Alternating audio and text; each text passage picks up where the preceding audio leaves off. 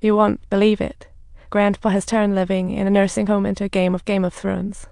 Every time Homo and Bart visit Grandpa, they bring a prop watch, fearing hell chaff forever. Today, Grandpa hung a fancy tie outside his door like a nightclub sign. It's hard to believe. Grandpa's old car looks like it's trying to play fast and furious, but it's all speed, no thrill. Who would have thought Grandpa would be doing drifting in a wheelchair? What a savvy old tycoon. In his youth, he was a big star in TV. How could he be reduced to playing old house games with Abel? It didn't take long for things to get complicated, as breaking news interrupted TV broadcast. There's a murder on the high seas. Megastar YY fell off a cruise ship and is missing. Looks like he's gone cold. Abel became the prime suspect and was arrested. Even as just a suspect, the TV host immediately launched a new podcast to fairly cover the case, titled Grandpa's Mischief. Recently, everyone loves podcasts, and the host switched careers from TV commentary. Couldn't make a dime. The host just keeps switching careers, like a tree shedding leaves. It's time to push Abel's story. Who cares if he's guilty? Just say what listeners want to hear. The elder at the nursing home falls for my pastel, for this trick really led to the classic disappearing act in a retirement home. The neighbors in Spring perk up their ears, ready to eat melons. The sheriff, in an interview, helplessly states the old man can't remember. It's all about strategic release. Let him go for now and see if we can catch him later. Grandpa looks for Homo after jail. He only remembers lunch with YY on the cruise, then got caught. How could I ever hurt YY? He says, scratching his head.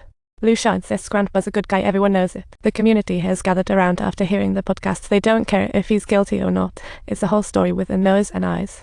The host's podcast is buzzing, so he heads to New Montana, barging in and asking everyone what they think of Grandpa. After relentless probing from Homo and Bart, the atmosphere darkens. Grandpa's in trouble. Even the old folks at the nursing home start suspecting Abel, noticing his roommates mysteriously dropping like flies. Over 90, how can they just leave? New developments in Grandpa's case. The podcast reveals why YN bought $1 million life insurance policy. Guess who the beneficiary was? Abel. After hearing the podcast, Grandpa starts to waver, feeling like he's touched a greedy little devil inside. So he rushes to the police station to talk. But with YY missing, Abel gets tossed in jail. Marky insists this could ruin the kid's chances of passing the civil service exam. Fingers crossed for a medical miracle. The doctor claims to have evidence proving Abel's innocence. Straight from Springdale's latest news, titled Grandpa's Myth. The podcast is nearing its end, with the host set to put a period on this tale, his career peaking. But the doctor drags the Wims family to the backstage. He insists Abel is innocent. That day he and YY each took capsules that recorded 24 hours of GPS info. The signal shows YY disembarked and went straight to the sugar-laden city in Mexico. It seems like a perfect fake death. Yet your podcast has left Abel in a fog. Better clarify before the audience sends him a review notice. It takes courage to admit mistakes. The host vows to improve, tightening up on the truth moving forward. He pledges never to exaggerate again. From that day on, his podcast just fell apart. The audience isn't interested in your objective ramblings. Grandpa isn't too thrilled either, wondering what YYN was up to. Suddenly, YYN appears, exclaiming, "Old fool, why Mexico? We planned I'd fake my death for your insurance money. Now it seems he'll just stay in the nursing home and enjoy life. I love you, you sexy old chap." Here's the latest from the nursing home. Abel's wheelchair has been souped up, ready to challenge the silver-haired Speed Kings. The once famous host shifted to podcasting to create a hit, yet ended up confusing the very grandpa he was joking about.